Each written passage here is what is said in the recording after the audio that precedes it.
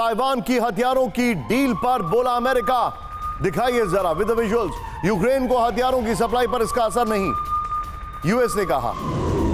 US national security adviser John Kirby ने दिया भरोसा, अमेरिका ताइवान को दे रहा है 619 मिलियन के हथियार। यूएस ताइवान डील से हथियारों की कमी की जताई गई थी आशंका।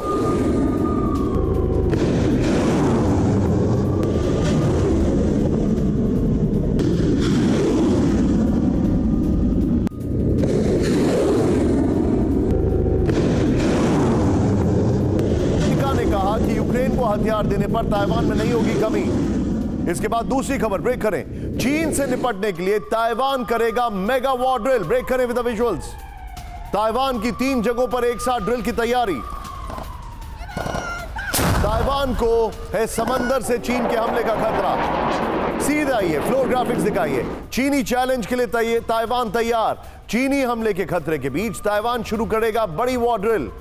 समंदर से दुश्मन के हमले का मुकाबला करने की तैयारी है।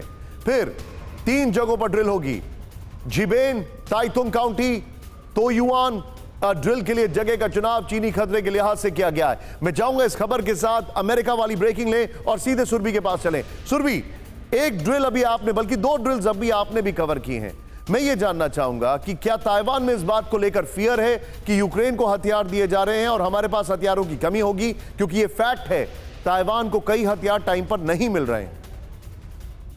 सेम क्वेश्चन मैंने ये सीधा सवाल किया था यहाँ पर जब मैंने यहाँ मिनिस्टर से मुलाकात की थी, और उन्होंने ये कहा था वी अंडरस्टैंड कि अमेरिका ताइवान को अपना वादा निभाएगा जरूर। देरी जरूर हो रही है, खासकर स्प्रिंगर मिसाइल्स का इसमें जिक्र किया गया था निशांत, ये कहते हुए कि हम ये समझ रहे हैं कि अमेरिका देरी कर रहा है, लेकिन अमेरिका ऐसा इंटेंशनली नहीं कर रहा है। इसी लिहाज से अब एम्फीबियस की ट्रेनिंग का प्लान भी इसलिए किया गया, जो मैंने आपको लास्ट वीक भी खबर दी थी कि जिस तरीके से अपने ट्रूप्स के साथ साथ अपनी पोजीशनिंग को लेकर अमेरिका बड़े फैसले लेने वाला है, उस लिहाज से आने वाले वक्त में ट्रेनिंग पर खासतौर पर बार बार ताइवान जोर दे रहा है। इसीलिए बड़ी खबर यह है कि 8 और 9 मार्च को पहला फेज होगा ट्रेनिंग का, दूसरा फेज होगा अप्रैल 12 टू अप्रैल 13 को। यहाँ इस बात पर गौर करना भी बहुत जरूरी है कि ये जो डील हुई है निशांत अमेरिका और ताइवान के बीच में, उसमें खास तौर पर 100 AGM-88B high speed anti radiation missiles की बात की गई है, 23 हार्म ट्रेनिंग मिसाइल्स को। मतलब मैं ये इसलिए बता रही हूं क्योंकि ज्यादातर medium range advance air to air missiles की डिमांड रखी गई है